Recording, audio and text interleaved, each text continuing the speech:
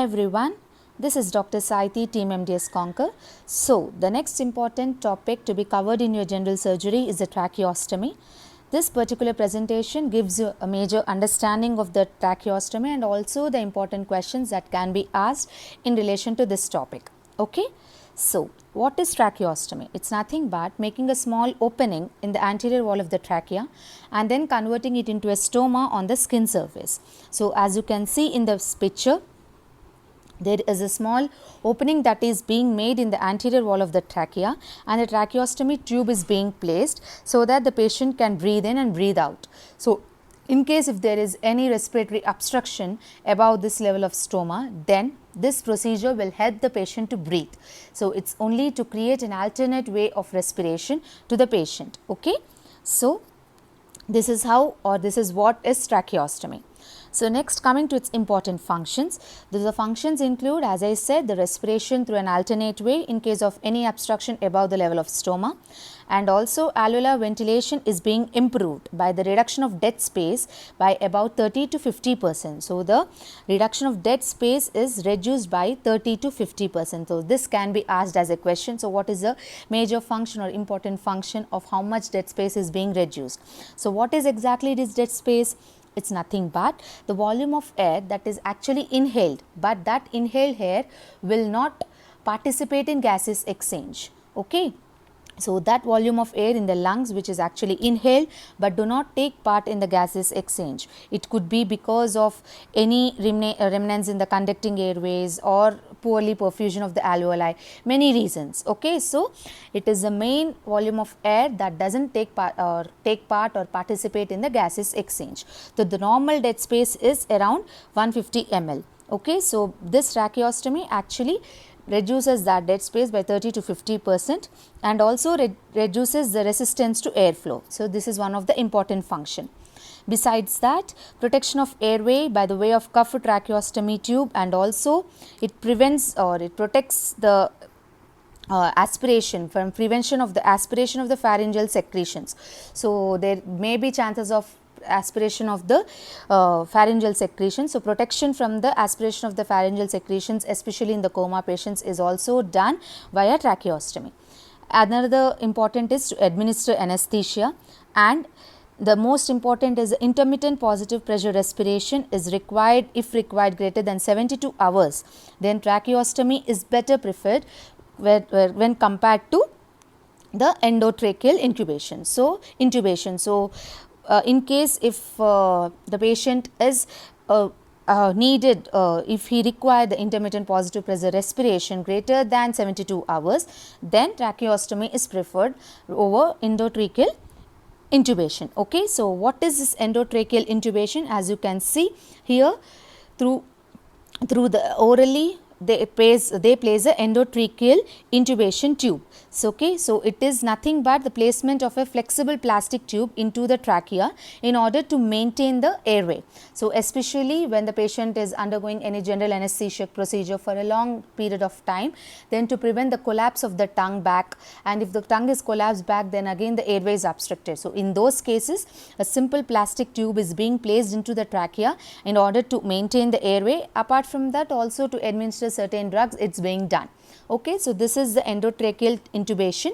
So, in case if the patient needs to maintain the respiration, intermittent positive pressure respiration for greater than 72 hours, then tracheostomy is better preferred when compared to endotracheal intubation. So, this can be asked as a true or false statement. So, do note it down. Okay.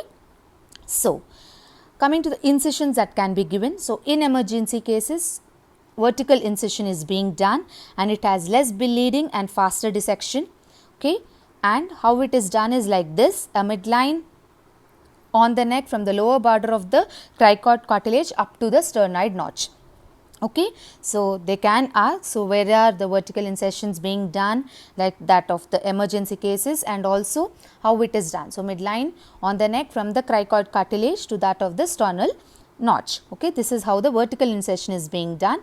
Next, coming to the horizontal incision, it is 5 centimeters long incision about 2 finger breadth width around above the sternal notch. Okay. So, I will show you how the sternal notch looks. and it has better cosmetic results. So, this can be done in elective cases. So, emergency cases, the vertical incision is being done, whereas in horizontal incision is done in elective cases. Okay. Next, coming to the various indications. So, it could be major indication is a respiratory obstructions. So, that respiratory obstructions either could be because of any infections like Ludwig's angina, peritonsillar abscess or parapharyngeal abscess. Apart from that, trauma to the larynx, trachea, any midfacial fractures or maxillofacial or mandibular fractures, or it could be any tumor or foreign body, or it could be laryngeal edema due to allergy or radiations or irritants, and also it could be congenital anomalies like laryngeal webs or cysts like that, or tracheoesophageal fistula. So, like these, any of these which causes the respiratory obstructions, in those cases the tracheostomy is being indicated. So, in dental or in our point of view, it could be the infections in Ludwig's angina, or it could be the lower mandibular fractures or maxillofacial fractures, or it could be the trauma to the larynx or trachea, or could be the tumors. So, these are laryngeal edema. So, any of these could be the causes of the respiratory obstructions wherein the tracheostomy will be indicated.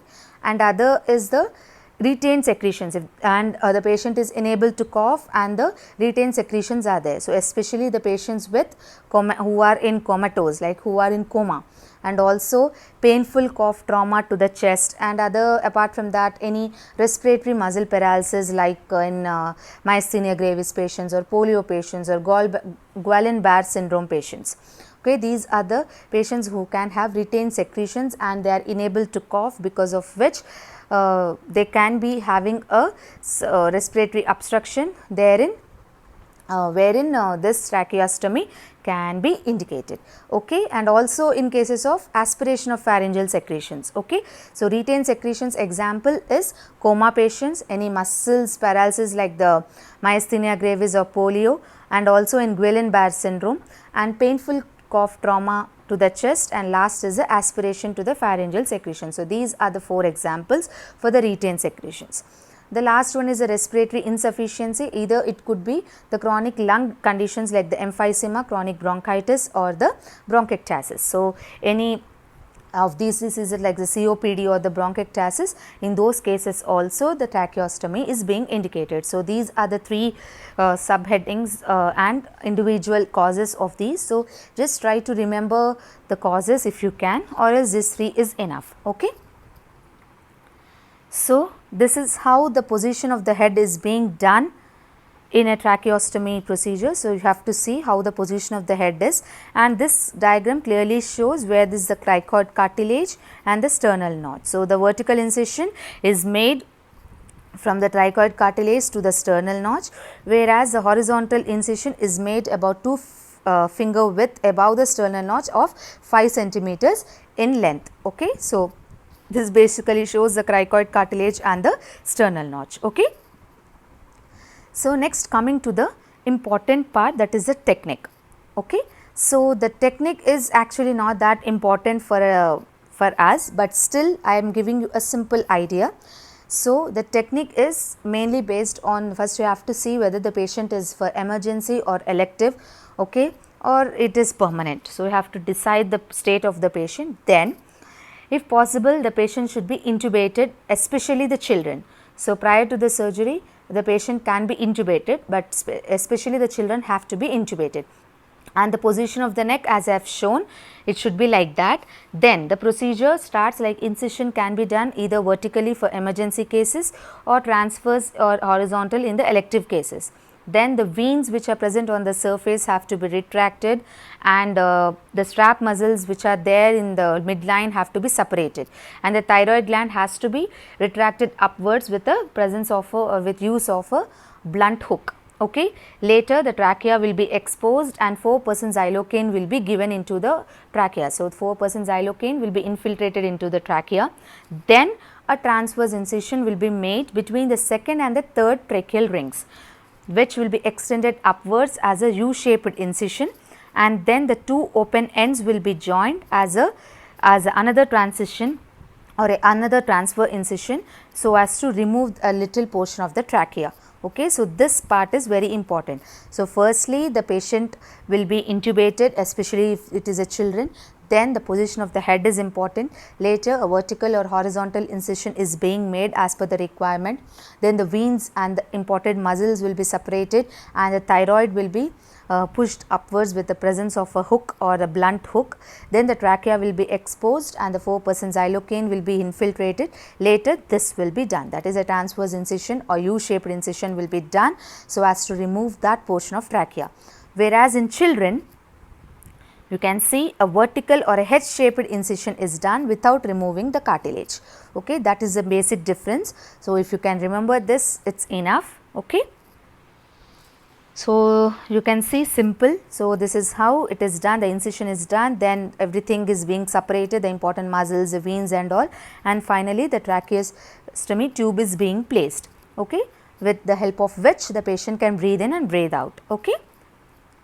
Next, coming to the various complications. So the complications include, it could be the bleeding or injury to the esophagus or injury to the recurrent laryngeal nerve, and also it could be a wrong placement, and intermediate can cause, like intermediate complications could be the blockage of the tube, the secondary infection of the wound, and the late complications could be the tracheal stenosis. Stenosis is nothing but the abnormal narrowing of the blood vessel or the organ of or the structure. So it is, since it is tracheal stenosis, it is nothing but the abnormal narrowing of that particular structure or the trachea.